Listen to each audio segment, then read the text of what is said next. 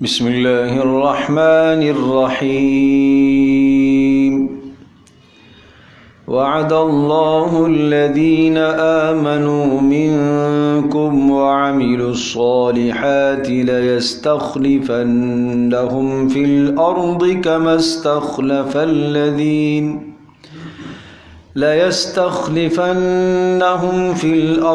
كما استخلف الذين من قبلهم وليمكنن لهم دينهم الذي ارتضى لهم وليبدلنهم من بعد خوفهم أمنا يعبدونني لا يشركون بي شيئا ومن كفر بعد ذلك فأولئك هم الفاسقون وأقيموا الصلاة وآتوا الزكاة وأطيعوا الرسول لعلكم ترحمون لا تحسبن الذين كفروا معجزين في الأرض ومأواهم النار ولبئس المصير وعد الله الذين آمنوا منكم وعملوا الصالحات سورۃ النور کی آیت نمبر 55 ہے، اور اس سے پہلے اللہ تبارک و تعالی نے 3 مثالیں ذکر فرمائی تھی۔ ایمان والوں کی مثال، مخلصین مومنین کی مثال بیان ہوئی تھی۔ اللہ نور السماوات والارض، کہ جن کی فطرت میں، جن کے مزاج میں پہلے سے ہی نیکی اور پہلے سے ہی اطاعت رسول صلی اللہ علیہ وسلم کا جذبہ بھرا ہوا ہے، تو اس نیکی اور اطاعت کے جذبے کے ساتھ اگر ذرہ سا بھی وحی کا علم آ جاتا ہے اور رسول اللہ صلی اللہ تعالیٰ علیہ وسلم کی تعلیمات کا کچھ حصہ انہیں مل جاتا ہے، تو وہ فوری اسے قبول کرتے ہیں، اور اس طرح سے قبول کرتے ہیں جس طرح سے مثال کے طور پر زیتون کا تیل ایسا لگتا ہے جیسے بغیر آگ دکھائے خود ہی جل اٹھے گا، اتنا صاف اور شفاف ہوتا ہے۔ تو جب پہلے سے ہی فطرت میں نیکی اور نور ہے، تو مزید جب وحی کو قبول کیا، رسول اللہ صلی اللہ علیہ وسلم کی تعلیمات کو دل و جان سے قبول کیا، تو مزید اوپر نور چڑھا۔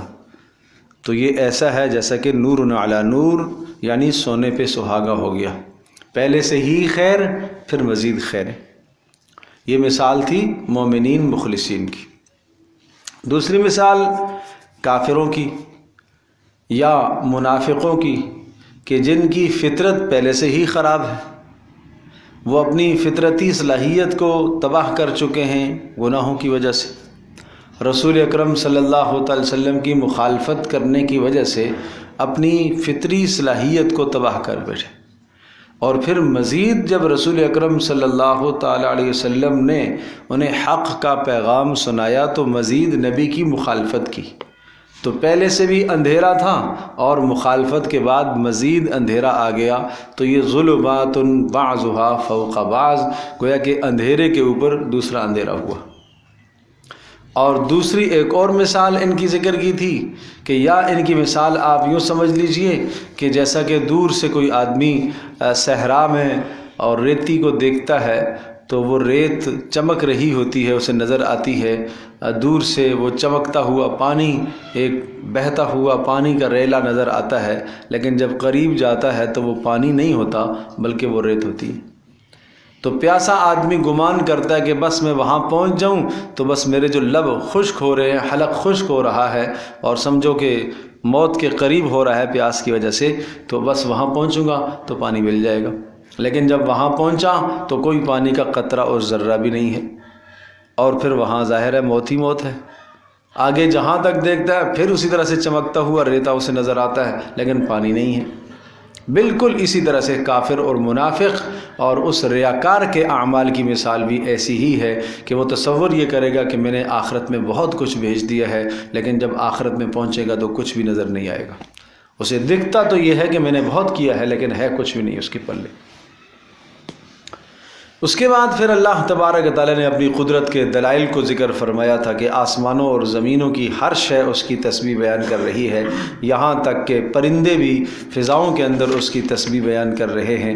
اور پھر اس کے ساتھ ساتھ یہ بھی بتایا تھا کہ اللہ تبارک و تعالیٰ ہی زمینوں سے، سمندروں سے بخارات کو اٹھاتا ہے، پانیوں کو اٹھاتا ہے اور فضاؤں میں لے کے جاتا ہے، اور بادلوں کو دائیں بائیں جہاں اپنی مرضی، اپنی قدرت ہوتی ہے وہاں لے کے جاتا ہے اور پھر ان پر برساتا ہے۔ پھر ان بادلوں کے اندر سے اللہ تبارک و تعالیٰ جو ہے شدید ٹھنڈے اولے اللہ پاک برساتا ہے، اور اللہ پاک دن اور رات کو بدلتا ہے۔ پھر اللہ تبارک و تعالیٰ نے مخلوقات کو پیدا فرمایا، بعض ایسی ہیں مخلوقات ہیں جو رینگ کر چلتی ہیں، بعض ایسی ہیں جو 2 پیروں پر، بعض ایسی ہیں جو 4 پیروں پر چلتی ہیں، جو اللہ تبارک و تعالیٰ اپنی قدرت سے چاہتا ہے پیدا کرتا ہے۔ پھر اس کے بعد ایک اور جو ہے وہ مزاج ذکر فرمایا تھا، کفار اور منافقوں کا حال یہ ہے کہ جب ان کو بلایا جاتا ہے اللہ اور اس کے رسول کے فیصلے کی طرف، خاص طور پر منافقوں کو، تو کیا کرتے ہیں؟ اس فیصلے سے اعراض کرتے ہیں۔ اگر بات ان کے حق میں ہوتی ہے تو قبول کرنے کو تیار، اگر مخالفت میں ہوتی ہے تو کہتے ہیں حق پر فیصلہ نہیں ہوا۔ اور ایمانداروں کی نشانی کیا ہے؟ ان کے بارے میں تو یہ حال ہے کہ جب ان کو اللہ اور اس کے رسول کے فیصلے کی طرف دعوت دی جاتی ہے تو کہتے ہیں سمعنا و اطعنا، جو اللہ تبارک و تعالیٰ کا حکم ہے، رسول کا حکم ہے، ہم نے سنا اور ہم اس کی اطاعت کریں گے، اور یہ لوگ کامیاب ہیں۔ اور اس کے بعد یہ بھی بیان فرمایا کہ منافق لوگ قسمیں کھاتے ہیں کہ آپ ہمیں کسی بات کا حکم تو کر کے دیکھیں، اگر ہم نے نہ پورا کیا تو کہیے گا۔ تو کہا کہ نہیں بھائی، آپ قسمیں کھا کر یقین دہانی کرانے کی ضرورت نہیں ہے، طاعۃ معروفہ، اطاعت اور فرما برداری تو نظر آ رہی ہے تمہاری، وہ تو حرکات و سکنات سے پہچانی جاتی ہے کہ کون کتنی اطاعت کرتا ہے، لہٰذا اس قسم کی قسموں کی ضرورت نہیں ہے۔ اور پھر رسول اکرم صلی اللہ تعالیٰ علیہ وسلم کو ایک تسلی اور اسی طرح سے منافقوں کو تنبیہ تھی کہ تمہیں مکلف بنایا گیا ہے اطاعت رسول کا، اور رسول کو مکلف بنایا گیا ہے تبلیغ کا۔ رسول نے اپنا فریضہ انجام دیا ہے، تمہیں بھی اپنا فریضہ انجام دے دینا چاہیے۔ جب تم اپنا فریضہ انجام دو گے تو اس کے نتیجے میں کیا ہوگا؟ اب آگے آنے والا وہ انعام ہے کہ جس چیز کا تمہیں مکلف بنایا گیا ہے اگر تم اسے پورا کرو گے، اطاعت رسول تم کرو گے، تو پھر کیا ہوگا؟ وعد اللہ الذین آمنوا منکم وعملوا الصالحات۔ اب بیان اس کو فرمایا کہ اللہ نے وعدہ کیا ان لوگوں سے جو ایمان لائے تم میں سے اور اعمال صالحہ کیے۔ کیا وعدہ ہے اللہ کا؟ جب تم اپنے فریضے کو پورا کرو گے تو اللہ کا وعدہ کیا ہے؟ لَيَسْتَخْلِفَنَّهُمْ فِي الْأَرْضِ، اللہ تبارک و تعالیٰ ان لوگوں کو جنہوں نے اللہ کے وعدے کو پورا کیا اور ایمان و اعمال کو انہوں نے اختیار کیا اور اپنے فریضے کو انہوں نے ادا کیا اور رسول اکرم صلی اللہ علیہ وسلم کی اتباع اور پیروی کی، اللہ تبارک و تعالیٰ نے وعدہ دیا ہے لَيَسْتَخْلِفَنَّهُمْ فِي الْأَرْضِ، اللہ ان کو زمین میں خلافت عطا کرے گا، اللہ انہیں عرب اور عجم میں غالب کرے گا، خلافت اور حکومت دے گا۔ کما استخلف الذین من قبلہم، جیسا کہ ان سے پہلوں کو اللہ پاک نے خلافت عطا فرمائی، جیسے قوم بنی اسرائیل کو اللہ تبارک تعالیٰ نے خلافت عطا فرمائی، ارض مصر کے اندر اللہ نے انہیں خلافت دی، ان سے پہلے قوم عمالقہ کو اللہ پاک نے خلافت عطا فرمائی۔ تو ایک تو وعدہ یہ ہوا، دوسرا وعدہ وَلَيُمَكِّنَنَّ لَهُمْ دِينَهُمُ الَّذِي ارْتَضَىٰ لَهُمْ، اللہ تبارک تعالیٰ انہیں جمع دے گا اور انہیں مضبوط کر دے گا اور انہیں اس دین پر قوت عطا کرے گا جس دین کو اللہ تبارک تعالیٰ نے ان کے لیے پسند کیا ہے۔ وَلَيُمَكِّنَنَّ، اللہ نے وعدہ کیا ہے ضرور بضرور لہم، ان لوگوں کے لیے، دینہم الذی، کہ ان کو دین میں تمکین اور مدد دے گا، وہ دین الذی ارتضیٰ لہم، جو دین اللہ تبارک تعالیٰ نے ان کے لیے منتخب فرمایا ہے، پسند فرمایا ہے، چنا ہے۔ اللہ ان کے اس دین کو، اس نظریے کو عام کرے گا، اور تیسری بات وَلَيُبَدِّلَنَّهُم مِّن بَعْدِ خَوْفِهِمْ أَمْنًا، تیسری بات یہ ہوگی کہ اللہ تبارک و تعالیٰ ان کے خوف کو امن میں تبدیل کرے گا۔ اچھی طرح سے ذہن نشین فرمائیے گا، خلافت کے اہم 3 امور ہوتے ہیں۔ کتنے امور ہوتے ہیں؟ پہلا امر ہے لَيَسْتَخْلِفَنَّهُمْ فِي الْأَرْضِ، اختیار اور اقتدار کا مل جانا۔ دوسرا اصول یہ ہے، یعنی کامیاب خلافت کس کو کہیں گے؟ کہ اختیار مل جائے انسان کو۔ ٹھیک ہے جی، اختیار تو مل گیا، لیکن جو آپ نافذ کرنا چاہ رہے تھے، جو قوانین، وہ نافذ نہ کر سکے، تو یہ کامیاب حکومت نہیں کہلاتی۔ تو کامیاب حکومت کے لیے پہلی شرط کیا ہے؟ اختیار مل جائے آپ کو۔ ٹھیک ہے، اختیار ملا۔ دوسری شرط یہ ہے کہ جو آپ نافذ کرنا چاہتے تھے قانون، وہ کیا ہو؟ وہ نافذ ہو جائے، آپ کی بات مان لی جائے۔ تو اس کو آپ یہ کہہ سکتے ہیں نفاذ شریعت، یہ کامیاب خلافت کی دوسری نشانی ہے۔ اور تیسری نشانی کیا ہے؟ امن کا قائم ہونا، یہ تیسری نشانی۔ تو یہ تینوں کی تینوں نشانیاں اللہ تبارک و تعالیٰ نے رسول اکرم صلی اللہ تعالیٰ علیہ وسلم کے زمانے میں، اور پھر آپ علیہ السلام کے زمانے کے بعد خلفائے راشدین کے زمانے میں، خلافت علی منہاج النبوہ، رسول اللہ صلی اللہ علیہ وسلم کے طریقے پر جو خلافت قائم ہوئی ہے، اللہ تبارک و تعالیٰ نے یہ وعدہ پورا کر دیا۔ کامیاب خلافت رہی ہے رسول اکرم صلی اللہ تعالیٰ علیہ وسلم کے خلفاء کی، خلفائے راشدین کی۔ تو یہ تینوں کی تینوں باتیں پوری ہو گئی تھی۔ اختیار بھی اللہ تبارک و تعالیٰ نے مکمل اختیار عطا فرمایا، اور صرف وہ اختیار ان کو عرب پر نہیں تھا، جزیرہ عرب سے نکل کے باہر عجم تک اختیارات تھے، دور دور تک اسلام پھیل گیا۔ اور صرف اختیارات نہیں تھے، بلکہ کیا تھا؟ اختیارات کے بعد نفاذ بھی تھا، شریعت کا نفاذ بھی تھا۔ اور شریعت کے نفاذ کے بعد جو لازمی نتیجہ ہے کہ اگر حکومت کی گرفت مضبوط ہو، اختیار مضبوط ہو، نمبر 2 شریعت کا نفاذ مضبوط ہو، تو پھر لازمی نتیجہ ہے امن و امان کا قائم ہو جانا۔ بات سمجھے بھائی؟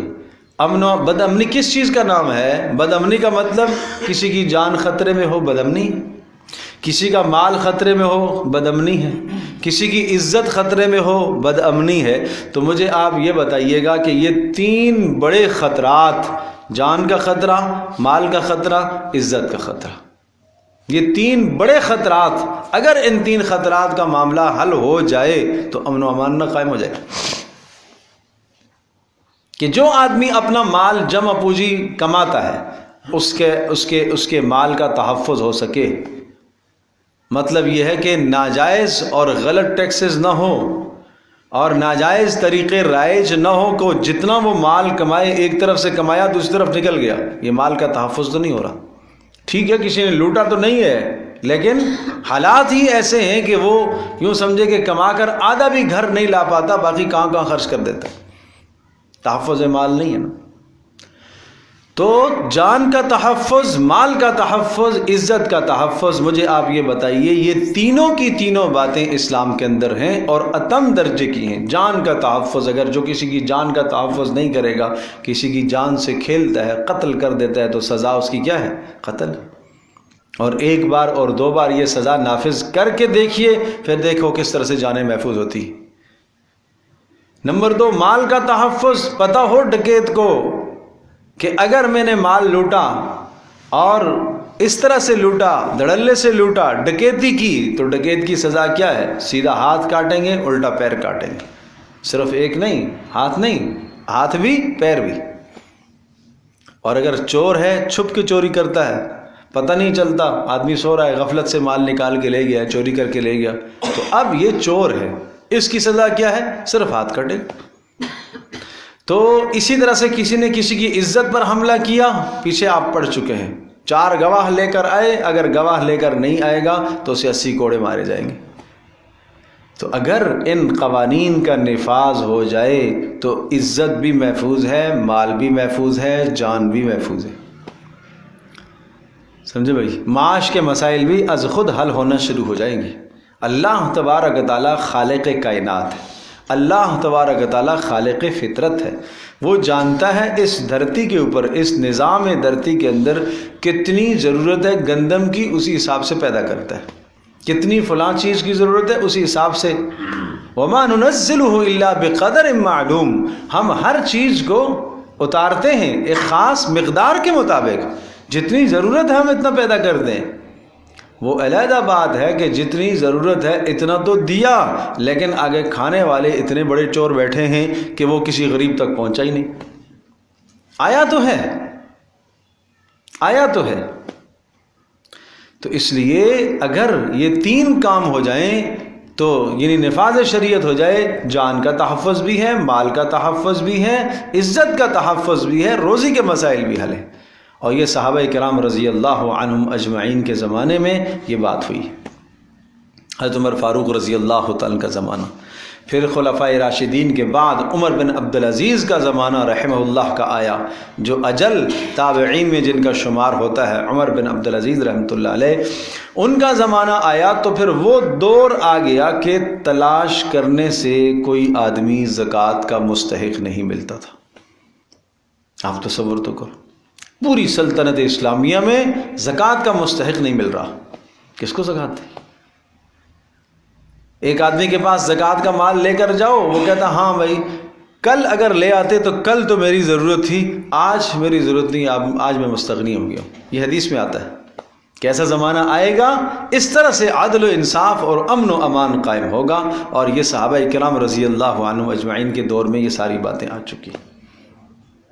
اور آپ نے فرمایا ایک زعیمہ، ایک دور سے زعینہ ایک سفر کرنے والی چلے گی اور وہ سونے اور ہیرے اور جواہرات سے لدی ہوئی ہوگی، وہ سفر کرے گی لیکن اس کو کوئی چھیڑ چھاڑ نہیں کر سکے گا، کسی قسم کا اس کا کوئی زیور چوری نہیں ہوگا، کوئی اس کی عزت خطرے. حضرت عمر رضی اللہ تعالیٰ کے زمانے میں ایک خاتون آئی، بڑے دور سے سفر کر کے، تو پوچھا کہ بھائی غلط تو غلط ہے، غیر محرم کے جو ہے بغیر محرم کے سفر تو نے کیا ہے، یہ تو غلط ہے، لیکن تم مجھے اتنی بات یہ بتا دو کہ کیا ایسا معاملہ کیسا آپ نے پایا جہاں جہاں سے تم آئی ہو، رات کو تم کہیں رکی ہوئی ہوگی، اکیلے میں ٹھہری ہوگی، اکیلے میں تم نے سفر کیا ہوگا، تم ذرا بتاؤ کیسا تھا، کیسا حال پایا آپ نے، لوگوں کو آپ نے کیسا پایا؟ اس نے یہ بیان دیا کہ میں نے ایسا پایا جہاں جہاں میں نے پڑاؤ کیا اور جہاں جہاں میں ٹھہری، یوں محسوس ہو رہا تھا کہ مجھے یہ اپنا گھر ہے اور اپنے حقیقی اور سگے بھائی. اس قسم کے معاملات اس طرح سے لوگ میرے ساتھ پیش آئے، اور سونے سے لدی تھی، زیورات پہن کے آئی تھی. اللہ اکبر. اس کو کہتے ہیں امن و امان.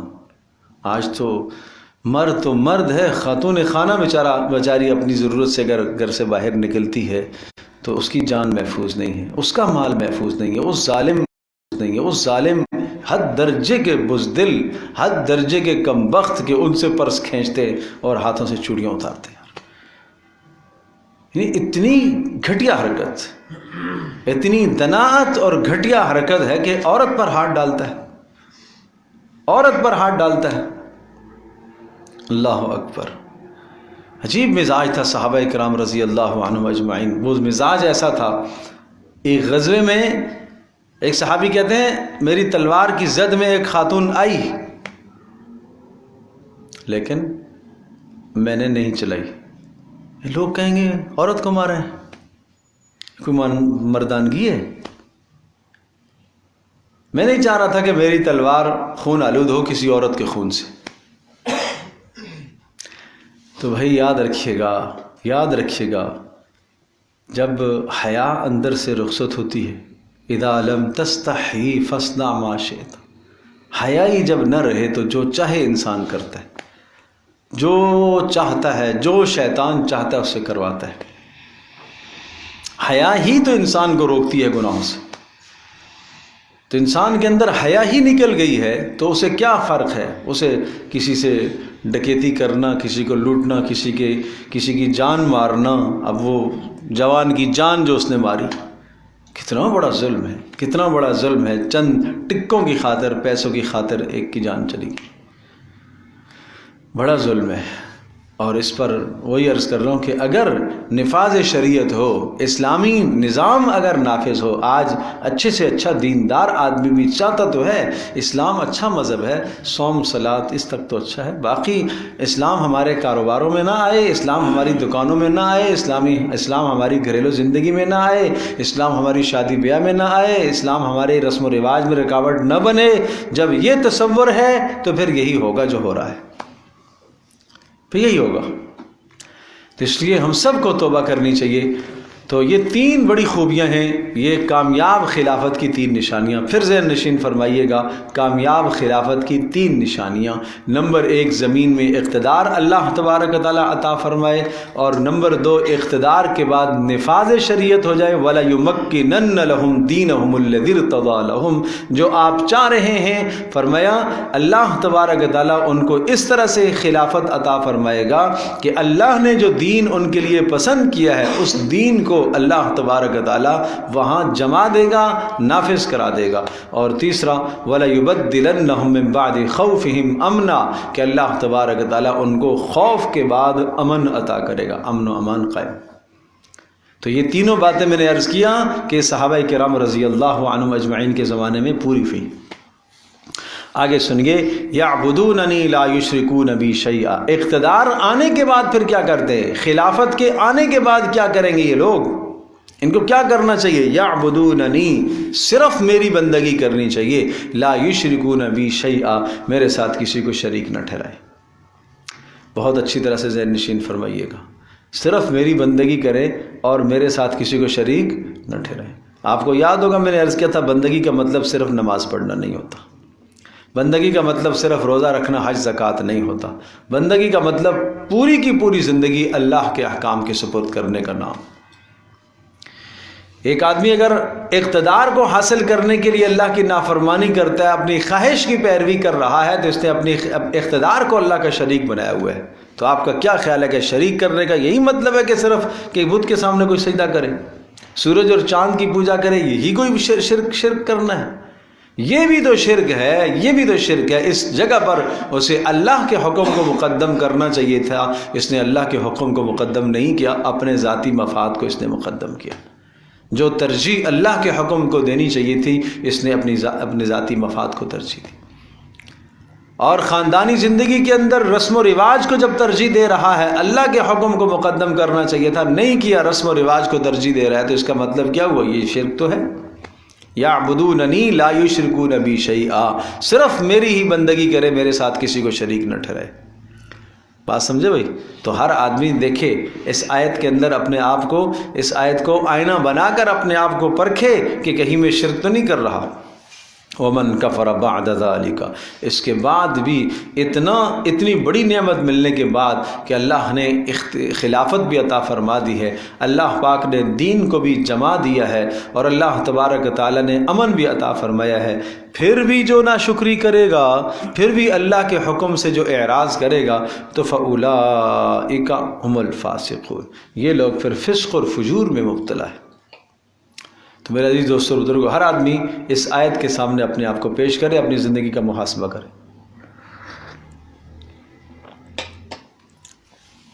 وَأَقِیمُوا الصَّلَاةَ وَآتُوا الزَّکَاةَ وَأَطِیعُوا الرَّسُولَ لَعَلَّکُمْ تُرْحَمُونَ، یہ بہت بڑے عظیم الشان تین کام بتائے۔ خلافت کے بعد کیا کرنا ہے آپ کو؟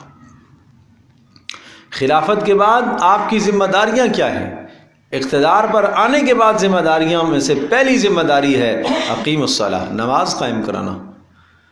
نماز قائم کرنا بھی، کرانا بھی، یعنی خود بھی نماز پڑھنا اور دوسروں کو نماز پڑھانا بھی، یہ خلافت کی ذمہ داری ہے۔ اور کیا ہے؟ زکوٰۃ کا ادا کرنا۔ یاد رکھیے گا یہ دو چیزیں، نماز زکوٰۃ، نماز زکوٰۃ، قرآن میں جا بجا ایک ساتھ آتے ہیں یہ دونوں۔ اقیم الصلاۃ وآتوا الزکاۃ، یقیمون الصلاۃ ویؤتون الزکاۃ۔ بس ہم تو سادہ سا ترجمہ کر کے گزر جاتے ہیں، نماز قائم کرو زکوٰۃ ادا کرو، نماز قائم کرتے ہیں زکوٰۃ ادا کرتے ہیں۔ میرے عزیز صرف اتنی سی بات نہیں، اس کے پیچھے معنوں کا ایک سمندر ہے پیچھے۔ میں آپ کو اس طرح سے سمجھاؤں گا کہ یہ دو عبادات کتنی اہم ہیں، کیوں، اور ان کا جا بجا حکم کیوں ہوتا ہے، اور خلافت کے بعد سب سے پہلے کام اقامت صلاۃ اور زکوٰۃ کی پابندی یہ کیوں ہے۔ اب ذہن نشین فرمائیں، تصور یہ کرو کہ ایک شخص بیمار ہو، اور وہ بیمار اس طرح کا ہو کہ آخری لمحات میں پہنچ چکا ہو، ڈاکٹروں نے لا علاج قرار دیا، اس کو لا علاج قرار دیے، اب موت ہی موت ہے، کوئی دوا ثابت نہیں ہوئی، تو اب ہم کیا کریں؟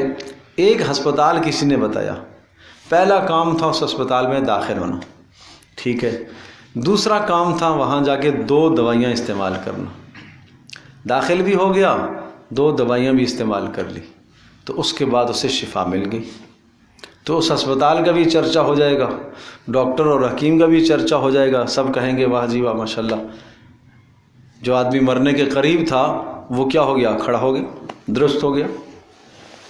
بالکل اسی طرح سے انسان کی مثال یہ سمجھیے گا، یہ سر سے لے کر پیر تک، جب ایمان اس کے اندر نہیں ہے، یہ سب سر سے لے کر پیر تک یہ بیمار ہے، اور اتنا شدید ترین بیمار ہے، یہ روحانی بیمار اتنا بیمار ہے جیسے کینسر کا مریض ہے، سر سے لے کر پیر تک اس کے اندر مرض پھیلا ہوا ہے، کینسر نے جڑیں پکڑی ہوئی ہیں، اسی طرح سے یہ آدمی روحانی اتنا مریض ہے، اس کا دماغ بھی بیمار، کیوں؟ غلط سوچ رہا ہے، دماغ میں کفر ہے تو دماغ کیا ہوا؟ بیمار۔ آنکھ غلط دیکھ رہی ہے، بیمار ہے، کان غلط سن رہا ہے، کان بیمار ہے، زبان غلط بول رہی ہے، بیمار ہے، ہاتھ پاؤں غلط اور گناہ کر رہے ہیں تو ہاتھ پاؤں بھی کیا ہے؟ بیمار ہے، گویا کہ سارے کے سارے اعضاء اس کے بیمار پڑے ہوئے ہیں۔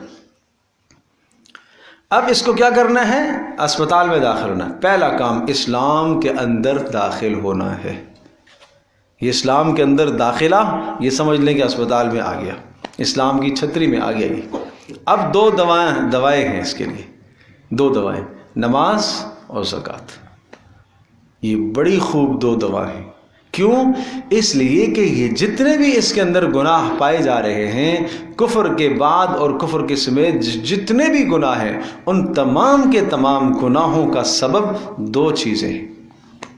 یہ سارے گناہ کیوں کر رہا ہے انسان؟ 2 وجہ سے۔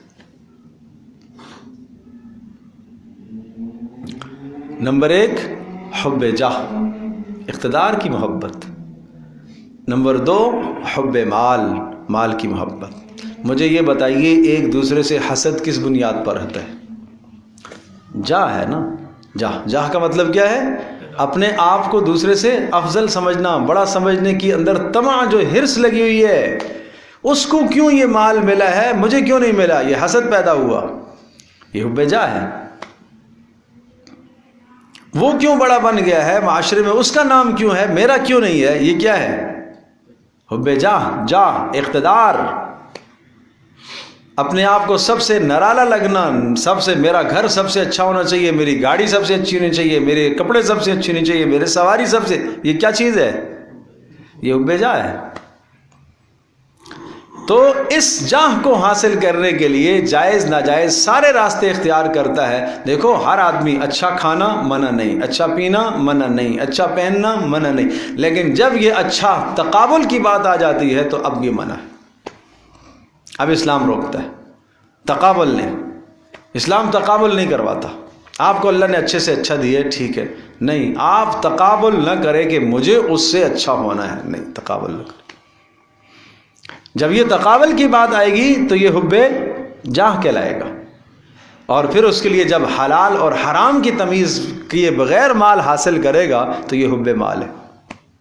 اور آپ جانتے ہو رسول اللہ صلی اللہ تعالی وسلم نے فرمایا کہ یوں سمجھو 2 بھوکے بھیڑیے بکریوں کے ریوڑ میں چھوڑ دیے جائیں تو وہ اتنی تباہی نہیں مچاتے بکریوں کے ریوڑ میں جتنا کہ اقتدار یعنی حب جاہ اور مال کی محبت انسان کے ایمان میں فساد مچاتے ہیں۔ بات سمجھے بھائی؟ بھیڑیے کی خوبی ہے، برائی ہے اس کی گندی خصلت ہے چیر پھاڑنا، یہ اس کا کام ہے۔ ممکن ہے ایک بکری سے اس کا پیٹ بھر جائے، یقیناً بھر جائے گا، لیکن اگر بکریوں کے ریوڑ میں آپ اسے چھوڑیں گے تو اس کا کام ہے اس وقت تک وہ چین سے نہیں بیٹھے گا جب تک سب کو ختم نہ کرو، پھاڑنا۔ یہی حال یہاں پر بھی ہے۔ جس شخص کے اندر حب مال ہوتا ہے، بھیڑیے کے اندر حرص ہے۔ شیر میں یہ چیز نہیں ہے، ایک اپنا شکار پورا کرے گا، پیٹ بھر گیا، اب قریب سے اس کے جانور گزرے گا وہ نہیں پوچھتا اسے، حرص نہیں ہے اس میں۔ لیکن اس میں حرص ہے، خونخوار درندہ ہے، حرص ہے اس میں۔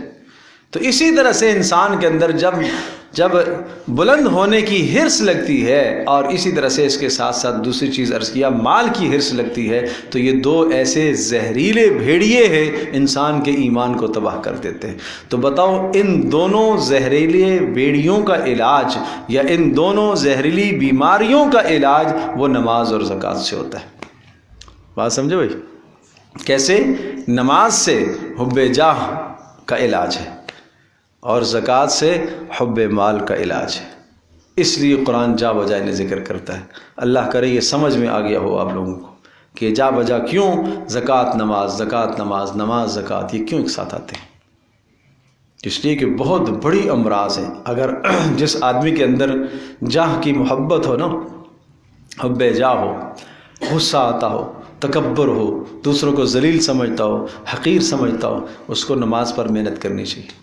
اس کی نماز کمزور ہے، اس کی نماز کمزور ہے، اس لیے کہ نماز میں جھکاؤ ہے، جھکنا ہے اللہ کے سامنے۔ یہ جھکنا آپ کو سکھائے گا تواضع، اس جھکنے سے تواضع آئے گی۔ اور جس آدمی کو جس کے اندر بخل ہو، حرص ہو، مال کی طمع حد درجے کی ہو، اس کو خرچ کرنا چاہیے، خرچ کرنا چاہیے، خرچ کرنے کا مزاج بناؤ۔ اس کے لیے ضروری نہیں ہے کہ زکوٰۃ ہی ہوگی تو تب دیں گے، نہیں، پچھلے سال خرچ کیا تھا نا، ابھی تو سال پورا تھوڑا ہی ہوا ہے، روزانہ صدقہ کرو، روزانہ صدقہ کرو، یہ مزاج ہونا چاہیے۔ تو یہ بات اس لیے آئی ہے اقیموا الصلاۃ وآتوا الزکاۃ واطیعوا الرسول، رسول کی اطاعت کرو، لعلکم ترحمون، تاکہ تمہارے پر رحم کیا جائے۔ لا تحسبن الذین کفروا معجزین فی الارض، آپ ہرگز گمان نہ کیجئے ان لوگوں کو جنہوں نے کفر کیا، معجزین فی الارض، کہ وہ زمین میں اللہ کو ہرا دیں گے، وہ زمین میں ایمان والوں کو، اسلام والوں کو ہرا دیں گے، لیکن شرط یہ ہے کہ تمہاری خلافت میں وہ تین باتیں موجود ہوں گی، اور یعبدوننی لا یشرکون بی شیئا پر مکمل ایمان عمل تمہارا ہوگا، تو اب تمہارا کافر کچھ نہیں بگاڑ سکتے۔ پھر ہرگز مت گمان کیجئے گا کہ یہ کافر تمہیں عاجز کر دیں گے اور تمہیں کمزور کر دیں گے، نہیں کر سکتے۔ وَمَأْوَاهُمُ النَّارُ، ان کا ٹھکانہ جہنم ہے، وَلَبِئْسَ الْمَصِيرُ، اور بہت بد اور برا ٹھکانہ ہے۔ یا ایھا الذین آمنوا لیستأذنکم الذین ملکت ایمانکم، کیا خوب انداز ہے قرآن کا، آپ تھوڑا سا توجہ فرمائیں۔ اب واپس میں ترجمہ پہلے کر لیتا ہوں، پھر آپ کو سمجھ میں آئے گی بات۔ اے ایمان والو، لیستأذنکم الذین ملکت ایمانکم، چاہیے کوئی اجازت لیں وہ لوگ کہ جن کے تمہارے دائیں ہاتھ مالک ہیں، مانا ہے جو تمہارے غلام ہیں اور باندیاں ہیں، وہ تمہارے پاس آتے وقت اجازت لیں۔ والذین، اور وہ لوگ بھی، والذین، وہ بچے، لم یبلغ الحلم، جو بلوغ کو نہیں پہنچے، منکم، تمہارے، ثلاث مرات، تین وقت میں یہ بھی اجازت لے کر داخل ہوں۔ کب؟ من قبل صلاۃ الفجر، فجر کی نماز سے پہلے۔ نمبر 2، وحین تضعون ثیابکم من الظہیرہ، جب دوپہر کے وقت تم کپڑے اتارو اور قیلولے کے لیے آ جاؤ۔ کپڑے اتارنے سے مراد مکمل ننگا ہونا نہیں ہے، مراد یہ کہ ضرورت اضافی کپڑے اتارو۔ ومن بعد صلاۃ العشاء، اور عشاء کی نماز کے بعد، ثلاث عورات لکم، یہ تین اوقات تمہارے لیے کیا ہیں؟ پردے کے اوقات ہیں۔ اب آپ کو سمجھ میں آیا ہوگا کہ اس آیت کا تعلق اصل میں پیچھے ہے استئذان کی آیت کے ساتھ، وہاں جہاں بیان ہوا تھا یا ایھا الذین آمنوا لا تدخلوا بیوتا غیر بیوتکم حتی تستأنسوا، ایمان والو دوسروں کے گھروں میں بلا اجازت اور بغیر سلام کے داخل نہ ہوا کرو۔ اب اس کا تعلق اسی کے ساتھ ہے۔ ٹھیک ہے نا. عرض کیا تھا کہ وہ احکام کیوں بیان کیے تھے؟ دوسروں کے گھروں میں بلا اجازت اور بغیر سلام کے داخل نہ ہوا کرو، اس لیے کہیں ایسا نہ ہو کہ کسی کے گھر میں تمہاری نگاہ پڑے غیر محرم پر اور پھر تمہارے دل میں برائی کا خیال پیدا ہو اور پھر بے حیائی کے راستے کھلتے ہیں. پھر اس کے بعد تھا نظروں کو نیچا کیا کرو. پھر اس کے بعد عورتوں کو حکم تھا تم بھی نظروں کو نیچا کیا کرو. پھر عورتوں کو حکم تھا کہ تم اب اپنی زینت کو، زیب و زینت کو ظاہر نہ کیا کرو. پھر حکم یہ تھا کہ معاشرے میں جو بے نکاح ہیں ان کے نکاح کرا دیا کرو. یہ سارے احکام بیان کرنے کے بعد پھر وہ دو مثالیں جو شروع میں تمہید میں ذکر کر چکا ہوں اللہ نور السماوات سے، وہ دو مثالیں ذکر کرنے کے بعد پھر اللہ کی قدرت کے دلائل. اب واپس مضمون جا رہا ہے اسی بات کی طرف کہ بے حیائی کو معاشرے سے روکنا ہے اور ختم کرنا ہے. اس کے لیے لہٰذا تمہارے اپنے گھر کے جو بچے ہیں اور تمہارے جو غلام اور باندیاں جو تمہارے گھروں کے اندر تمہاری خدمت میں مامور ہیں، اس پر مقرر ہیں، ان کو بھی 3 اوقات میں تو کم از کم اجازت لینی چاہیے. باقی اوقات میں وہ تمہارے لیے مستثنی ہے، کوئی حرج نہیں. بچے کو اپنے باہر کام سے بھیجا اور واپس آیا تو ہر بار جب بھی آئے واپس تو اجازت مانگے، یہ مشکل ہو جائے گی، یہ تمہارے لیے حرج ہو جائے گی. گھروں کے اندر کام کرنے والیاں لونڈیاں، اصل یہ حکم لونڈیوں کے لیے اور غلاموں کے لیے، جو واقعتاً زر خرید غلام اور لونڈیاں تھیں ان کے لیے یہ حکم ہے کہ وہ چونکہ تمہارے گھروں کے اندر کام کاج میں مصروف ہیں تو لہذا ٹھیک ہے بار بار وہ اجازت لیں گے تو ان کے لیے مشکل ہو جائے گی، آپ کے لیے مشکل ہو جائے گی. آپ اپنے کام میں مصروف ہیں، اجازت دیں، آپ دروازے پر جائیں، ان کو اندر لائیں، پھر جناب وہ 5 منٹ کے بعد باہر نکلا اپنے کام سے پھر واپس آ کے اجازت لے تو یہ مشکل ہے آپ کے لیے. تو کن کو مستثنیٰ کیا؟ بچوں کو اور غلاموں اور لونڈیوں کو. لیکن 3 اوقات میں ان کو بھی اجازت کا پابند بنایا. کتنے اوقات میں؟ 3 اوقات میں ان غلاموں کو بھی اور آپ کے اپنے بچے کو بھی اجازت کا پابند بنایا.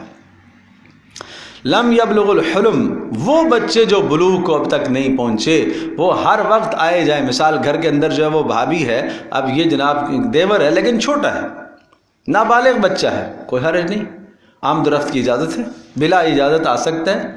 لیکن 3 اوقات میں ان کو بھی پابند کیا گیا کہ یہ اجازت لے. اور 3 اوقات سے مراد کون سے اوقات ہیں؟ من قبل صلاۃ الفجر، فجر کی نماز سے پہلے. نمبر 2 دوپہر قیلولے کے وقت. نمبر 3 عشاء کی نماز کے متصل بعد. یہ 3 اوقات عام طور پر ایسے ہوتے ہیں کہ ان اوقات ثلاثہ 3 اوقات میں میاں بیوی کی باہمی خلوت ہوتی ہے. جب باہمی خلوت ہوگی تو اس خلوت کے دوران میں ہر بات میاں بیوی آپس میں ایک دوسرے سے ڈسکس کر رہے ہوتے ہیں، اور ممکن ہے وہ ایسی بات ہو جو اس بچے کو نہیں سننی چاہیے تھی. یہ اگر سنے گا تو اس کے اخلاق تباہ ہو سکتے ہیں، ہے تو نابالغ. لہٰذا میاں بیوی کے درمیان کی بات، درمیان کی جو گفتگو ہے، جو میاں بیوی کی باہمی محبت کی گفتگو ہے، اس گفتگو کو ظاہر نہ کریں. یہ قرآن کس قدر جو ہے حساس معاملہ سمجھاتا ہے کہ یہ معاملہ کس قدر حساس ہے کہ تمہارے بچے اس بات پر مطلع نہ ہو، وہ ماں باپ کی باہمی اور نجی زندگی پر مطلع نہ ہو تمہارے بچے. وہ 3 اوقات میں آئیں تو دروازے پر دستک دے کر آئیں. بچوں کی یوں تربیت کریں کہ جب میاں بیوی ایک کمرے کے اندر اکیلے ہوں تو وہ کیا کریں؟ دستک دے کر آئیں، اجازت لے کر آئیں، بے دھڑک اندر داخل نہ ہو. ممکن ہے ایک آدمی اندر داخل ہوا، وہ بچہ اندر داخل ہوا، اس نے جسم سے کپڑے زیادہ اتارے ہوئے ہوں، جس میں کوئی اعضائے مستور چھپا ہوا عضو نظر آ رہا ہو، تو پھر تو بچہ کسی بد اخلاقی میں مبتلا ہو سکتا ہے. اور ظاہر سی بات ہے کہ یہ بچے کے لیے زیب نہیں ہے، باپ کے لیے زیب نہیں ہے. اسی طرح سے میاں بیوی آپس میں بے تکلف بیٹھے ہوئے ہیں، بے تکلف ہر طرح کی گفتگو کر رہے ہیں، بغیر اجازت لیے ایک بچہ اندر داخل. لم یبلغ الحلم سے مراد وہ بچے جو قریب البلوغ ہے، بلوغ کو نہیں پہنچے. 10 سال کا بچہ ہے، 11 سال کا بچہ ہے، اسے اجازت لے کے اندر آنا چاہیے. گو کہ بلوغ کو نہیں پہنچا ہے لیکن اسے اجازت لے کے آنا چاہیے. اچھا، اس میں ایک بڑی اہم بات یہ ذہن نشین کرنے کی ہے. 3 اوقات بتائے، کون سے اوقات؟ فجر سے پہلے، قیلولے کے وقت، عشاء کے بعد. اشارہ اس بات کی طرف ہے کہ میاں بیوی کو ہر وقت ایسی حالت میں بھی نہیں ہونا چاہیے، ہر وقت ایسی حالت میں بھی نہیں ہونی چاہیے جو نامناسب حالت ہو. یعنی میاں بیوی کی جو باہمی نجی گفتگو ہے وہ مخصوص اوقات میں مخصوص اوقات میں ہو.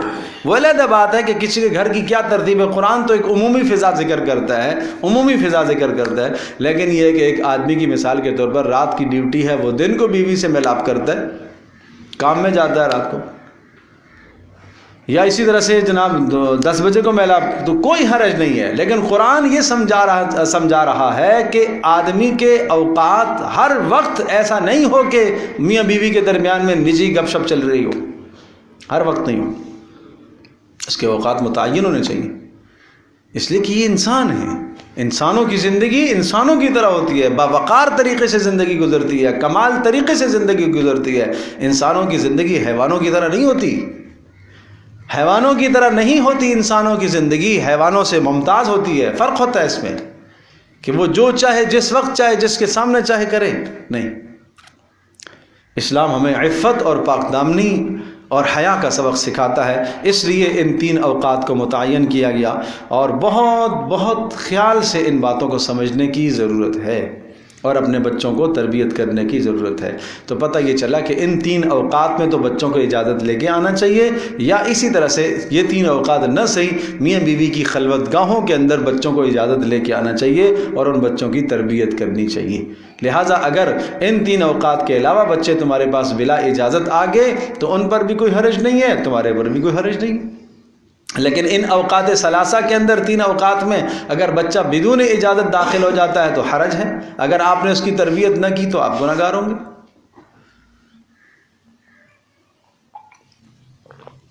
ثلاث عورات لکم لیس علیکم ولا علیہم جناح بعدہن، فرمایا کوئی حرج نہیں ہے، تمہارے اوپر بھی کوئی حرج نہیں ہے. نہ منع کریں ان اوقات کے علاوہ، اور نہ ان بچوں پر کوئی حرج ہے بلا اجازت داخل ہونے پر. بعدہن، ان اوقات کے علاوہ. طوافون علیکم، اس لیے کہ بار بار آتے ہیں. بعضکم علی بعض کے پاس بار بار آتے ہیں. کذالک یبین اللہ لکم الآیات، اس طرح سے اللہ تبارک تعالیٰ کیا کرتا ہے، آیات کو، احکام کو کھول کر بیان کرتا ہے. دیکھو اللہ تبارک تعالیٰ آیات و احکام کو کھول کر کے بیان کرتا ہے کہ کوئی بات پوشیدہ نہ رہ جائے. کوئی یہ نہ کہے کہ مجھے خبر نہیں تھی جناب. واللہ علیم حکیم، اے اللہ اتنی باتیں کیوں کرتا ہے تو؟ فرمایا اللہ جاننے والا ہے اور حکمت والا ہے. اللہ لوگوں کے مصالح کو اور بہتری کو جانتا ہے اور حکمت والا ہے، اس لیے وہ ایسے حکم دیتا ہے. وَإِذَا بَلَغَ الْأَطْفَالُ مِنْكُمُ الْحُلُمَ، اور فرمایا جب تمہارے بچے پہنچ جائیں بلوغت کو، حلم بلوغت کو پہنچ جائیں، بلوغت کی نشانی ظاہر ہو جائے. اگر لڑکے پر احتلام کا ظاہر ہونا ہے اور بچی پر ایام کا شروع ہو جانا ہے، خون کا شروع ہونا، یہ اس کی نشانی ہے بالغ ہونے کی. جب بلوغت ظاہر ہو جائے فَلْيَسْتَأْذِنُوا كَمَا اسْتَأْذَنَ الَّذِينَ مِنْ قَبْلِهِمْ، پھر یہ بچے اسی طرح سے اجازت لیں گے جس طرح سے پہلوں نے اجازت لی ہے. کون سے پہلے؟ نہیں وہ پیچھے والا جو رکوع تھا اس کی طرف استئذان کا حکم ہے، اسی طرح سے اجازت لیں گے جیسے پہلوں نے اجازت لی ہے. یا ایھا الذین آمنوا لا تدخلوا بیوتا غیر بیوتکم کی طرف اشارہ ہے.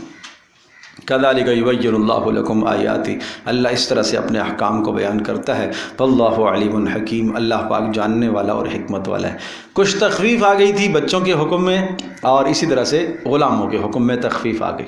حکم ہلکا ہو گیا کہ بھائی ٹھیک ہے ہر وقت اجازت نہ لیں لیکن 3 اوقات میں اجازت لیں. رخصت آ گئی نا، تھوڑی سی ہلکا کر دیا، تخفیف آ گئی.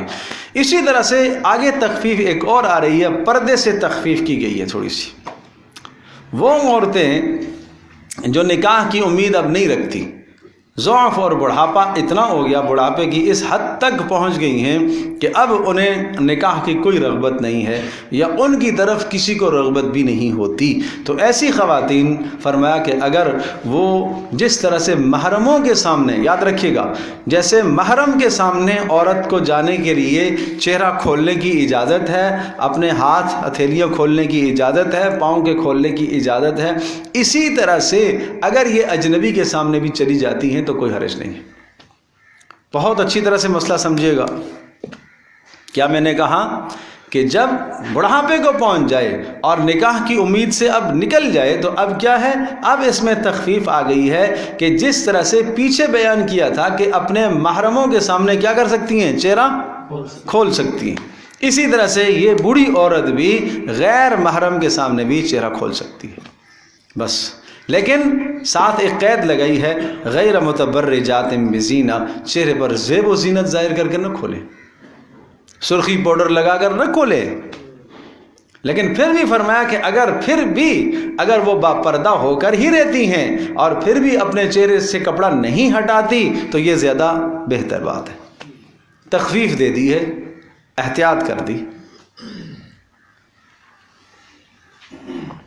دیکھیے گا، والقواعد من النساء، قواعد قاعدہ کی جمع ہے، قاعدہ کہتے ہیں بیٹھنے والی، قاعدہ بیٹھنے والی، یعنی گھر کے اندر بیٹھنے والی، ٹک کے بیٹھنے والی، اب اس کو جناب دائیں بائیں جانے کی ضرورت نہیں ہے، والقواعد، اور فرمایا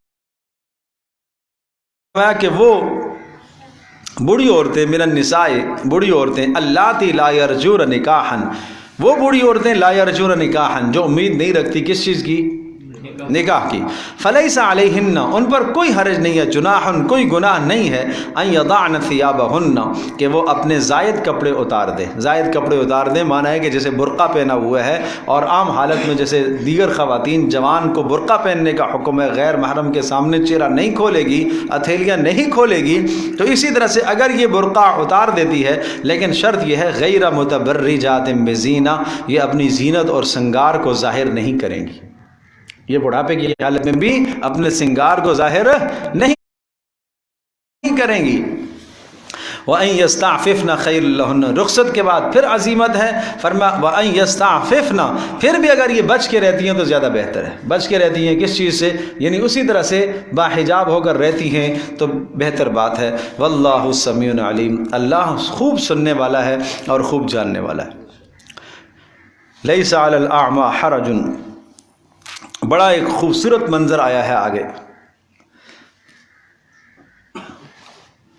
یہ ذرا سمجھنے کی ضرورت ہے اگلی آیات کو سمجھنے کے لیے، بلکہ ہم پہلے ترجمہ کر لیں پھر ذرا سمجھنا آسان ہے۔ دیکھیے گا، لیس علی الاعمی حرج، کوئی حرج نہیں ہے، لیسا نہیں ہے، علی الاعمی اندھے پر، حرج کسی قسم کے گناہ کی بات نہیں ہے، ولا علی الاعرج حرج لنگڑے پر بھی کوئی حرج نہیں ہے، اور ولا علی المریض حرج اور مریض پر بھی کوئی حرج نہیں ہے، ولا علی انفسکم اور تمہارے اوپر بھی کوئی حرج نہیں ہے، ان تاکلوا من بیوتکم کہ تم اپنے گھروں سے کھا لو، او بیوت آبائکم اپنے گھروں سے جن میں تمہاری بیوی اور تمہاری اولادیں ہیں، او بیوت آبائکم یا اپنے باپ کے گھروں سے کھا لو، او بیوت امہاتکم یا ماؤں کے گھروں سے کھا لو، او بیوت اخوانکم یا اپنے بھائیوں کے گھروں سے کھا لو، او بیوت اخواتکم یا اپنی بہنوں کے گھروں سے کھا لو، او بیوت اعمامکم یا اپنے چچا کے گھروں سے کھا لو، چچوں کے گھروں سے، او بیوت عماتکم یا اپنی پھوپھیوں کے گھروں سے کھا لو، او بیوت اخوالکم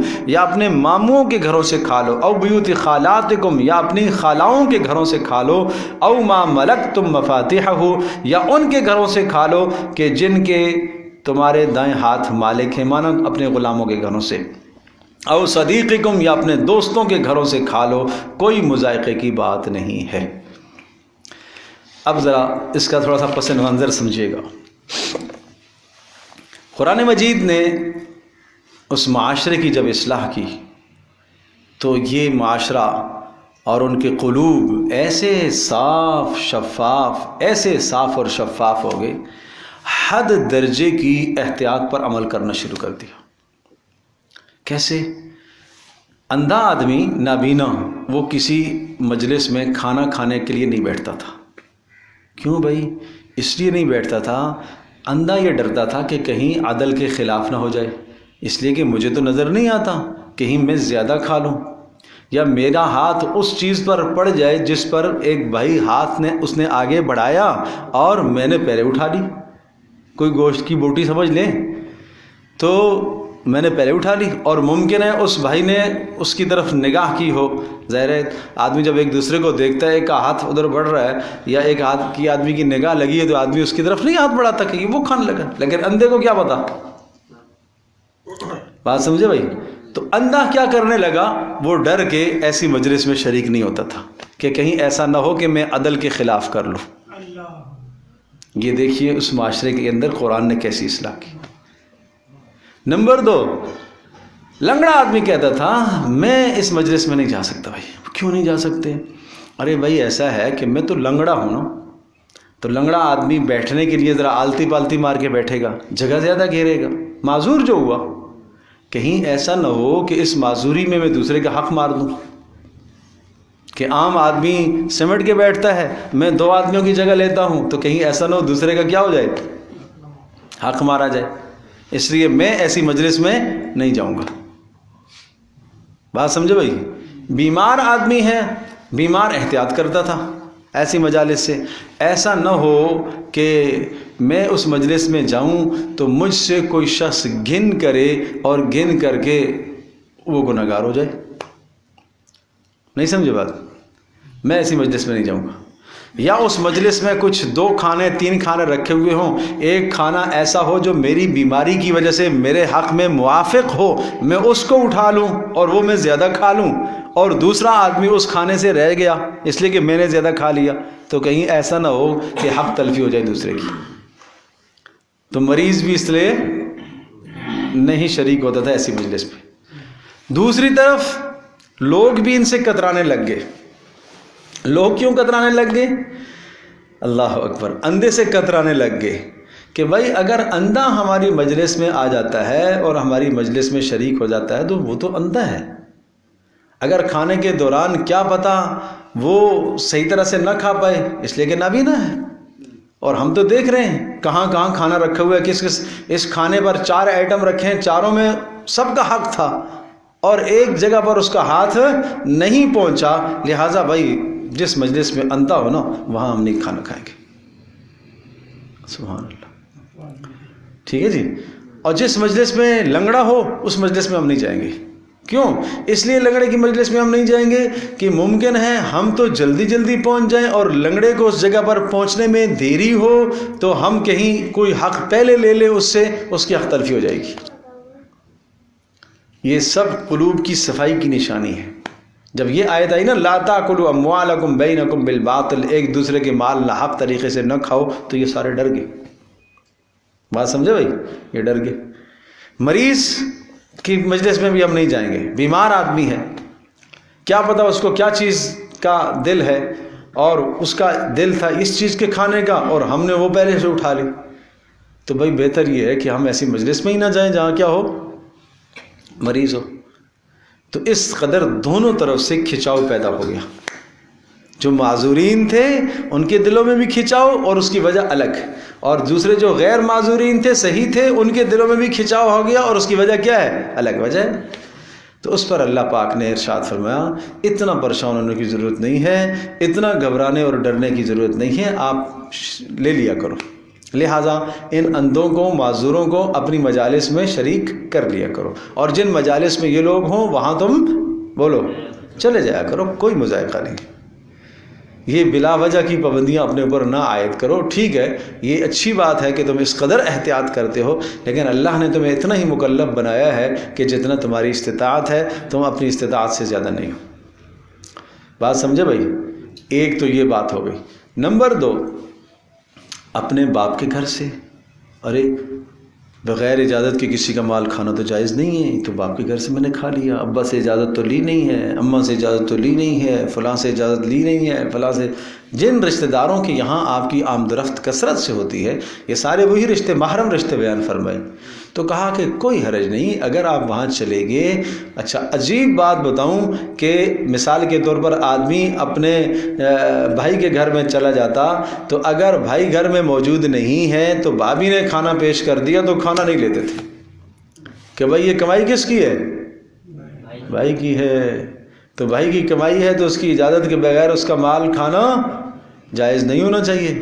چچا کی کمائی ہے، ماموں کی کمائی ہے، لہٰذا اگر گھر والوں نے کھانا پیش کیا، ماموں جی موجود نہیں ہیں اور آپ اطلاع کیے بغیر تشریف لے گئے، تو لوگ کھانا نہیں کھاتے تھے اس لیے کہ ماموں نے اجازت نہیں دی ہے۔ یہ تو درست نہیں ہے بھائی، بھائی نے اجازت نہیں دی ہے، بھابھی کھانا کھلا رہی ہے۔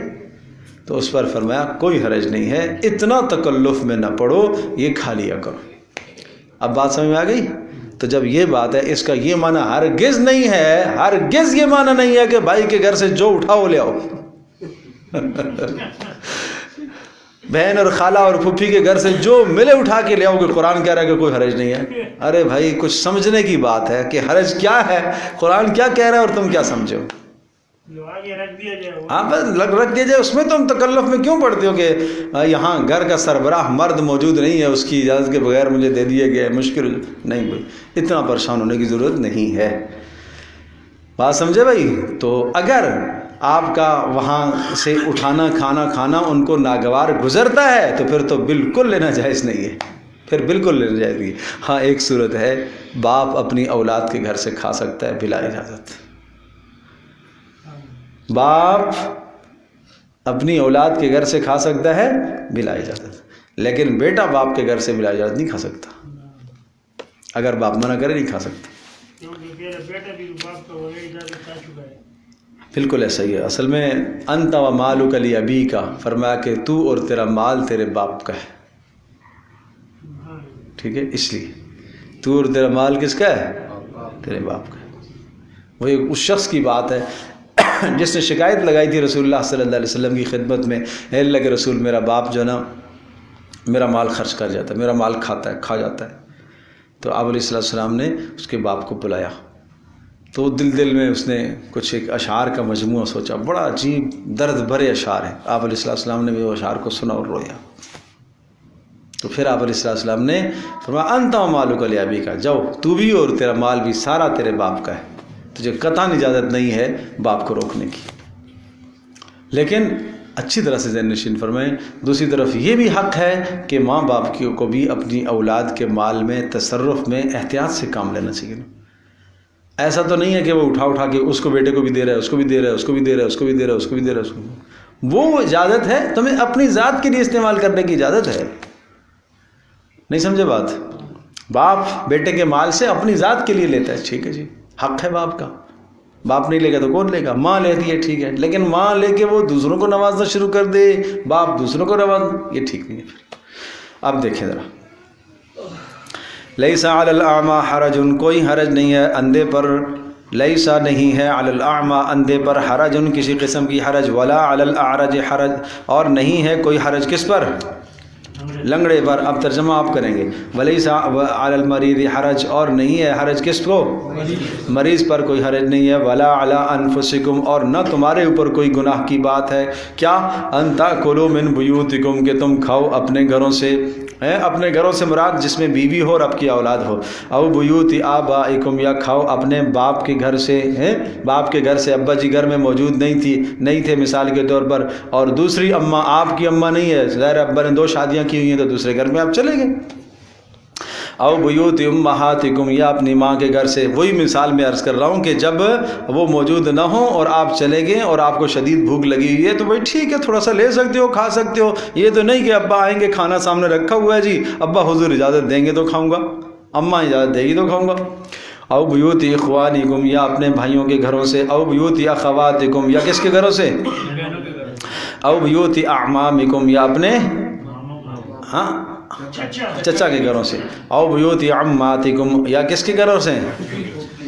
پھوپھیوں کے گھروں سے. دیکھو رشتے جس طرح سے ہے نا اسی طرح سے قرآن ذکر کرتا ہے. انسان کا سب سے قریبی رشتہ کون سا ہوتا ہے؟ اپنا گھر ہے، پھر باپ کا گھر ہے، پھر ماں کا گھر ہے، پھر بھائی کا گھر ہے، پھر بہن کا گھر ہے، پھر اس کے بعد چچا ہے. باپ کی طرف سے رشتے جو ہیں اور چچے کے گھر سے. او بیوت عماتکم، یا کس کے گھر سے؟ پھوپھی کے گھر سے. او بیوت اخوالکم، یا کس کے گھر سے؟ ماموں. اب آیا ہے ماموں. او بیوت اخوالکم. او بیوت خالاتکم، یا کس کے گھر سے؟ خالہ کے گھر سے. او ما ملکتم مفاتیحہ، یا جن کے چابیوں کے تم مالک ہو، معنی یہ کہ غلام تمہارے. او صدیقکم، یا تمہارا دوست ہے، دوست کے گھر میں بھی آپ گئے، بے تکلفی ہے، آنا جانا ان کا آپ کے پاس ہے، آپ کا ان کے پاس ہے. گھر میں صاحب موجود نہیں تھے، گھر والوں نے ان کے بچوں نے کھانا پیش کیا، آپ کہیں نہیں وہ آئے گا تو کھانا کھاؤں گا. بھائی اچھا یہ مشکل نہ کرو.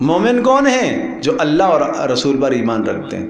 صرف اللہ پر ایمان آمنا کہنے سے کافی نہیں ہے، اللہ اور اس کے رسول کی باتوں کو مانتے ہیں۔ وَإِذَا كَانَ مَعَهُ عَلَىٰ أَمْرٍ، اور جب وہ رسول کے ساتھ ہو کسی ایسے معاملے پر، جامعن، ایسا معاملہ جس نے سب کو جمع کر کے رکھا ہو۔ یہ آیت نازل ہوئی تھی غزوہ خندق میں۔ اب خندق کا غزوہ ہے، رسول اللہ صلی اللہ علیہ وسلم کے ساتھ ہے سارے، کچھ منافق بھی آگے۔ جب انہوں نے دیکھا کہ حالات بڑے سنگین ہیں، شدید ترین سردی بھی ہے اور سامنے جو ہے کفار کا مشرکین کا لشکر بھی ہے اور زاد راہ اور جو کھانے پینے کا سامان لے کر آئے تھے وہ بھی ختم ہو گیا، اب کیا کریں؟ یہ ظالم نہیں دیکھتے کہ اللہ کا رسول موجود ہے، جلیل القدر صحابہ موجود ہیں، تو تمہیں بھی یہاں بیٹھنا چاہیے؟ نہیں، ان کو تو سامنے موت نظر آتی ہے۔ تو کیا کہنے لگے؟ وَإِذْ يَقُولُ الْمُنَافِقُونَ وَالَّذِينَ فِي قُلُوبِهِم مَّرَضٌ إِنَّ بُيُوتَنَا عَوْرَةٌ وَمَا هِيَ بِعَوْرَةٍ إِن يُرِيدُونَ إِلَّا فِرَارًا۔ سورہ احزاب میں کیا خوبصورت منظر قرآن کھینچتا ہے ان کا۔ فرمایا ان لوگوں کے دلوں میں کجی ہے، مرض ہے، بیمار ہیں دل کے، رسول کی مجلس میں ہوتے ہیں خندق میں، کیا کہتے ہیں؟ ان بیوتنا عورا، اللہ کے رسول ہمارا گھر کھلا ہوا ہے، گھر میں بیوی اکیلی ہے، بچے اکیلے ہیں، ہمیں آپ اجازت دے دیں ہم واپس چلے جائیں۔ قرآن کہتا ہے وما ہی بعورا، نہیں گھر کھلے ہوئے، نہیں گھر خالی ہے، ان یریدون الا فرارا، یہ ظالم بھاگنا چاہتے ہیں، یہ بھاگنا چاہتے ہیں۔ تو کہا ایسی مجلس میں اگر تم ہو اور وہاں تمہارا رہنا کیا ہو، ضروری ہو، تو تمہیں جانے کی ہرگز اجازت نہیں، بلا اجازت نہیں تمہیں جانا چاہیے۔ اب آگے سنیے گا، لم یذهبوا، نہ نکلیں، حتی یستأذنوہ، جب تک اجازت نہ لے، ان الذین یستأذنونک، فرمایا کہ وہ اجازت وہ لوگ لیتے ہیں، اللہ اکبر، کلاس سے رخصت وہ لوگ لیتے ہیں، سمجھیے گا، ہاں، ان الذین یستأذنونک، بے شک اجازت وہ لیتے ہیں، اولئک الذین یؤمنون باللہ ورسولہ، کہ جو ایمان رکھتے ہیں اللہ پر اور رسول پر، وہ اجازت لیتے ہیں۔ کیوں؟ انہیں معلوم ہے کہ اس خیر کی مجلس سے غیر حاضر رہنا بڑا نقصان ہے۔ غیر حاضر رہنا کیا ہے؟ اچھا اگلی بات سنیے گا، فَإِذَا اسْتَأْذَنُوكَ، اے نبی جب آپ سے اجازت لیں یہ لوگ، لِبَعْضِ شَأْنِهِمْ، بِلِبَعْضِ شَأْن، شان کہتے ہیں ضروری کام کو، یہ نہیں کہا لِبَعْضِ فِعْلِهِمْ، اپنے کام کے لیے، نہیں، شان ضروری کام۔ تو پتہ یہ چلا کہ ایسی مجلس کو اس وقت چھوڑنے کی اجازت جب کیا ہو، ضروری کام۔ اور نمبر 2، صاحب مجلس سے اجازت لی جائے، تو پھر کیا فرمایا، فَأْذَنْ لِمَنْ شِئْتَ مِنْهُمْ، آپ اے نبی اجازت دے دیں جس کے لیے آپ چاہیں، ضروری نہیں ہے کہ سب کو اجازت دیں۔ اگر آپ نہیں اجازت دینا چاہتے، آپ چھٹی نہیں دینا چاہتے، نہ دیجیے۔ اگر آپ سمجھتے ہیں کہ اس کا ہونا یہاں پر ضروری ہے، آپ مت اجازت دیجیے۔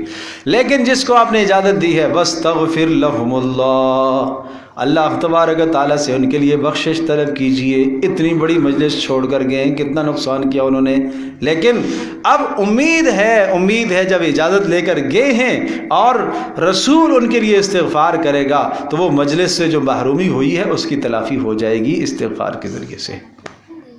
بات سمجھے بھائی؟ استغفار کے ذریعے سے کیا ہو جائے گا؟ تو اس لیے ایسی مجالس میں آدمی کو محتاط بیٹھنا چاہیے، خیال سے بیٹھنا چاہیے، بلا اجازت غائب نہیں ہونا چاہیے۔ چھوٹا سا عذر ہے تو جناب غائب ہو جاتے ہیں، خیال کیا جائے بھائی۔ اور اچھا پتہ ہے فائدہ کیا ہوتا ہے؟ اس لیے کہ جب اجازت سے آدمی غائب ہوتا ہے تو اس کا فائدہ یہ ہے کہ صاحب مجلس دعا کرے گا نا، اس کو حکم ہے کہ تم استغفار کرو اس کے لیے۔ جب استغفار پتہ چلے گا کہ فلاں آج نہیں ہے تو اس کے لیے استغفار کیا جائے گا، تو نتیجہ کیا ہوگا؟ جو محرومی ہے اس محرومی سے وہ بچ جائے گا۔ ان اللہ غفور الرحیم، اللہ تبارک تعالیٰ بخشنے والا مہربان ہے۔ اگلا حکم بھی بڑا اہم ہے، لا تجعلوا دعاء الرسول بینکم کدعاء بعضکم بعضا، لا تجعلوا دعاء الرسول، نہ بناؤ، نہ سمجھو دعا الرسول، رسول کے پکارنے کو، بینکم اپنے درمیان، کا دعا بعضکم بعضا، جیسا تم ایک دوسرے کو پکارتے ہو۔ کیا ترجمہ کیا؟ لا تجعلوا، پھر سمجھو، لا تجعلوا دعاء الرسول، رسول کے پکارنے کو، رسول کے یعنی رسول نے اگر تمہیں پکارا ہے تو اس پکار کو ایسے مت سمجھو جیسا ایک دوسرے، آپ کو کس نے بلایا؟ رسول نے بلایا ہے، اور رسول کا بلانا کوئی ہلکا بلانا نہیں ہے بھائی، وہ معمولی کام نہیں ہے، لہذا رسول کی اتباع کرو اور تمہیں بھاگ کے جانا چاہیے وہاں. نہیں سمجھے بات؟ ایسا نہ سمجھو کہ جیسے کسی اور آدمی نے بلایا ہے اور چلو ٹھیک ہے جائیں گے تو جائیں گے، نہیں جائیں گے تو نہیں جائیں گے، کیا نقصان ہوگا؟ نہیں. اس سے پتہ چلتا ہے کہ رسول کا حکم تمہارے سامنے آ جائے، رسول کی سنت اور طریقہ تمہارا سامنے آ جائے تو اس طریقے اور سنت کو عام طریقے کی طرح نہ سمجھو. یہ عام آدمی کا حکم نہیں ہے. کس کا حکم ہے؟ رسول کا حکم ہے. یہ عام آدمی کی سنت اور طریقہ نہیں ہے. کس کا طریقہ ہے؟ رسول کا طریقہ ہے. آج ایسا کیا نہیں ہے کہ ہم رسول کے طریقے کو اور سنت کو ایسا ہی نظر انداز کر دیتے جیسے ہم کسی دوسرے کی بات کو نظر انداز کرتے. خبردار کہا ایسا مت کرو کہ رسول کے پکارنے کو، رسول کے طریقے کو اپنے ایک دوسرے کے طریقوں کی طرح نہ سمجھو. بات سمجھے بھائی؟ ایک معنی تو یہ ہے. اب دوسرا ترجمہ کر رہا ہوں، سنیے گا، توجہ فرمائیے. لا تجعلوا دعاء الرسول بینکم کدعاء بعضکم بعضا. رسول کو پکارنا ایسا مت سمجھو جیسا تم ایک دوسرے کو پکارتے ہو، یعنی رسول کا نام لے کے مت پکارا کرو. پہلی صورت میں رسول جب تمہیں پکارے تو تم ایسا مت سمجھو جیسا کہ عام آدمی نے پکارا ہے. اب کیا ہے؟ جب تم رسول کو بلانا چاہو کسی موقع پر تو ایسا مت بلاؤ جیسے تم عام ایک دوسرے کو بلاتے ہو. نام لے کے یا محمد کہہ کے مت پکارو. بات سمجھے بھائی؟ یا محمد کہہ کے مت پکارو. سمجھے؟ خطاب ادب سے نام لے آتے. قد یعلم اللہ الذین یتسللون منکم لواذا. ہائے ہائے، کیا اللہ تبارک تعالیٰ نے ان کے اندر کے جو منافقوں کے مزاج تھے ان مزاجوں کو کیسے ذکر فرمایا. قد یعلم اللہ الذین، اللہ خوب جانتا ہے ان لوگوں کو، یتسللون منکم لواذا، جو کھسک جاتے ہیں آپ کی اس مجلس سے، لوازن، آنکھ چرا کر، چھپا کر. منافق بیٹھے ہوئے ہوتے تھے نا، دیکھتے تھے کوئی ایک آدمی پیشاب کے لیے اٹھتا ہے، ہم بھی ساتھ چلے جائیں گے. ہاں رسول ادھر دیکھ رہے ہیں، چلو آہستہ سے نظریں چرا کے نکل جاتے تھے. حاضری لگ گئی نا بھائی، چلو اب بھاگو. نہیں سمجھے؟ تو یہاں پر بھی ایسا ہوتا ہے نا کبھی کبھی، حاضری لگ گئی نا، چلو پتلی گلی سے اب بھاگو. حاضری لگ گئی، دیکھ لیا نا حضرت نے، ٹھیک ہے دیکھ لیا، بھاگو. سمجھے بھائی؟ یہ آداب مجلس ہیں، آداب مجلس ہیں. ایسا نہیں کرو. یتسللون، تسلل کس کو کہتے ہیں؟ بکریاں جس نے چرائی ہو نا اس کو بڑا اچھا سمجھ میں آئے گا. یا بکریاں نہیں چرائی ہیں، چلو کوئی جانور اس نے رکھے ہو نا، بکریاں، بیل، گائے، اس قسم کے جو جانور ہوتے ہیں ان کو رسی ڈالی جاتی ہے، گردن میں، گلے میں رسی ہوتی ہے. اور کبھی کبھی جانور جو سرکش ہوتا ہے نا، تو جب آپ آگے چل رہے ہیں رسی اس کی لگام پکڑے ہوئے تو پیچھے سے سر نکال لیتا ہے رسی سے، آہستہ سے سر نکال لیتا ہے. آپ کو پتہ نہیں چلا نا، سر نکال لیتا ہے تو نکال کے بھاگ جاتا ہے. جب رسی ہلکی ہوتی ہے تو پھر پتہ چلتا ہے کہ وہ صاحب تو وہاں سے جا رہا ہے. تو اس طرح سے منافق چپکے سے سر نکال کے نکل جاتے تھے وہاں سے. خبردار یہ نہیں کرو بھائی. اللہ. اگلی بات سنیے گا. اب اس اگلی بات کا تعلق پوری صورت کے ساتھ ہے. پوری صورت کا خلاصہ اگلے الفاظ میں ہے، فَلْيَحْذَرِ الَّذِينَ يُخَالِفُونَ عَنْ أَمْرِهِ. خوب ڈرنا چاہیے ان لوگوں کو جو رسول کی بات کی مخالفت کرتے ہیں. انہیں ڈرنا چاہیے جو رسول کی سنت کی مخالفت کرتے ہیں، جو رسول کے طریقے کی مخالفت کرتے ہیں. انہیں ڈرنا چاہیے، انہیں خوف ہونا چاہیے. کس بات سے ڈرنا چاہیے؟ ان تصیبہم فتنۃ، کہ کوئی بہت بڑا فتنہ ان پر آ جائے، کوئی بہت بڑا عذاب آ جائے اس دنیا میں. فتنہ سے مراد دنیا کے اندر عذاب ہے. او یصیبہم عذاب علیم، یا آخرت میں دردناک عذاب ان کو چھوئے. ہم تو کہتے ہیں نا سنتی تو ہے، کیا بات ہے؟ اچھا فرض تو نہیں ہے نا بھائی؟ نہیں فرض تو نہیں ہے بھائی. اچھا فرض نہیں ہے تو پھر کیا مسئلہ ہے؟ پھر کوئی ضروری تھوڑی ہے اس کو پورا کرنا. ہم سنت کو یوں استخفاف اور ہلکا کر کے ٹال دیتے ہیں. فرض تو نہیں ہے نا، واجب تو نہیں ہے، سنتی. قرآن کیا کہہ رہا ہے؟ فَلْيَحْذَرِ الَّذِينَ يُخَالِفُونَ عَنْ أَمْرِهِ. خوب ڈرنا چاہیے، بچنا چاہیے ان لوگوں کو، رسول کی مخالفت سے بچنا چاہیے بھائی. انہیں ڈرنا چاہیے. کیوں؟ جو رسول کی مخالفت کرتے ہیں. ان تصیبہم فتنۃ، انہیں کوئی فتنہ پہنچے اس دنیا میں، کوئی بڑا عذاب آئے یا دردناک عذاب آخرت میں آئے. تو اپنے گھروں میں غور کرو، فکر کرو گھروں کے اندر کون کون سی چیزیں جو رسول کی مخالفت میں ہیں، ہٹاؤ ان کو. اپنی زندگی میں ایسی چیزیں جو ہے، نکالو ان کو، رسول اکرم صلی اللہ علیہ وسلم کی سنت کے خلاف جو چیزیں. اللہ اکبر، الا ان للہ ما فی السماوات والارض، خبردار خوب سمجھ لو آسمانوں اور زمینوں میں جو کچھ ہے وہ سب کچھ اللہ کا ہے، اللہ کا ہے۔ تمہارے پاس کیا ہے؟ تمہارا مال اللہ کا دیا ہوا، جان اللہ کی دی ہوئی، عزت اللہ کی دی ہوئی، تو پھر اللہ کے حکموں کو کیوں نہیں پورا کرتے ہو؟ پھر اللہ کی دھرتی پر اللہ کا نظام چلے گا، سب کچھ اسی کا ہے تو پھر اسی کا نظام چلے گا۔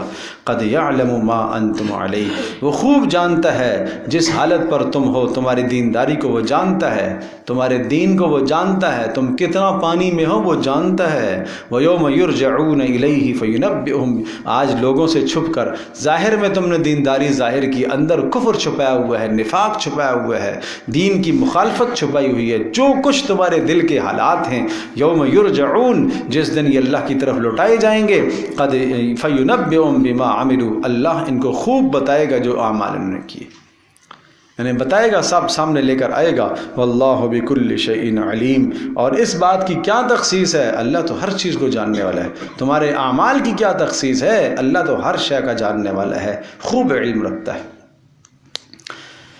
اللہ تبارک و تعالیٰ کے فضل و کرم سے سورۃ النور کی تفسیر اور ترجمہ تفصیل کے ساتھ ہم نے کیا ہے الحمدللہ، اور آج اختتام کو پہنچا ہے الحمدللہ علی ذالک۔ ضرورت عمل کی ہے بھائی، ضرورت عمل کی ہے۔ دیکھا آپ نے، سنا کتنی اہم باتیں، کتنے اہم مضامین سورۃ النور کے، ہر گھر کی ضرورت ہے، ہر فرد کی ضرورت ہے، مردوں کی بھی ضرورت ہے، عورتوں کی بھی ضرورت ہے، بچوں کی بھی ضرورت ہے، بچوں کے احکام بھی آئے نا، بچوں کی بھی ضرورت ہے۔ تو اس طرح سے قرآن اللہ کا کلام ہے، اس کو سیکھنے کی کوشش کرو، اس کو بار بار سنو، یہ تفسیر کو کھول کے پھر سنو، پھر سنو۔ ایک ہفتہ آپ کے پاس ہوتا ہے، اس ایک ہفتے میں پورا اسے سنا کرو۔ اللہ پاک